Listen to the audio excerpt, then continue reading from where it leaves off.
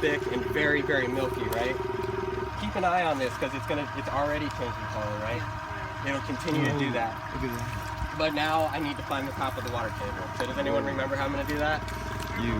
Air bubbles. So I'm going to pull this up slowly and incrementally. So I'm just tapping it up a little bit until I start to see air bubbles. And you'll notice that every time I move it, the sample water gets milky again.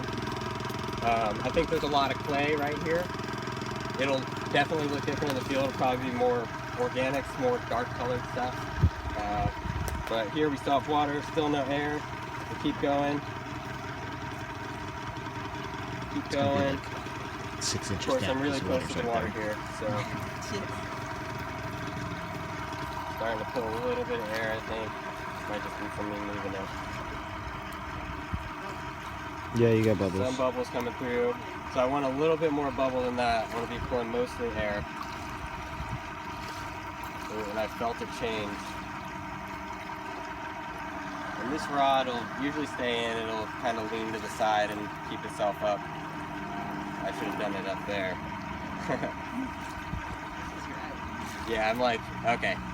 So there's all air now. We go back, I think I got some water right here. So it can take a little bit to find the top of the water table. There we go. So I'm going to call that the top of the water table. There's a tiny bit of water coming through, mostly air. And I can measure that by doing this. All right, so I have this marked off. Again, it starts at 0 from the top, so we're measuring how deep this thing is into the ground.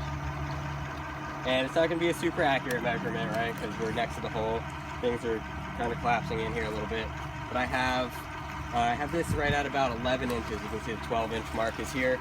So we'd mark that as the top of the water table. There's going to be a space on your data sheet for that.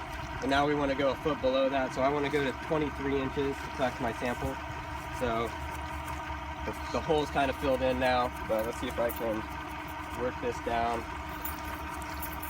Did you get that in the field a lot, where you would try to push and it would fill? Yes and no. I kind of waited a little bit longer on this, and I had the vise sideways. Usually it'll be more of a straight down hole since it'll be a little bit higher elevation. But yeah, sometimes it'll fill in, but you can usually just tap it through gently. You don't want to shove it through and get too much sediment from there at once, but as long as there's a little bit of sediment flowing through, it can all be purged out and not cause any issues. So now I'm down where it says 23, it actually says 24, I went a little bit too far, but we would go to 23 inches. And we can see this water is starting to clear up. So we're almost done with our purge.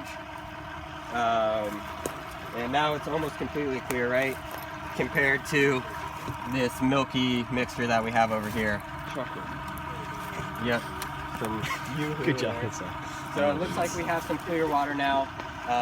If we add the methodology in that we need to test the turbidity, we would do that. But I'm going to say that we don't need to do that for now.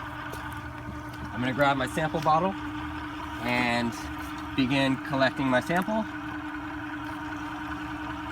It'll take a little while, so you can see the pump isn't the fastest thing in the world. One thing we won't do is what I just did, putting the end of that tube directly in the container. We'll have to hold it there. We don't want to add any contamination in our hands or anything like that, especially because we're working with dirt. My hands are... using gloves? Yeah, we're going to be using gloves in this field. So we're collecting our sample. That is about the amount of sample that we're going to need. We're going to need about a ½ liter, and I think that might be a ½ liter bottle, so that might be perfect. So that's exactly what we'll need.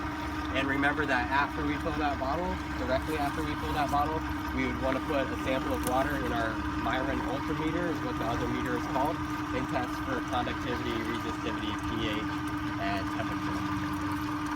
When we are doing with the GPS devices, are we going to, do they record elevation? They do actually. Okay. Because that's going to give you measurements to groundwater surface. Are we going to the elevation is on there, but yeah, we might add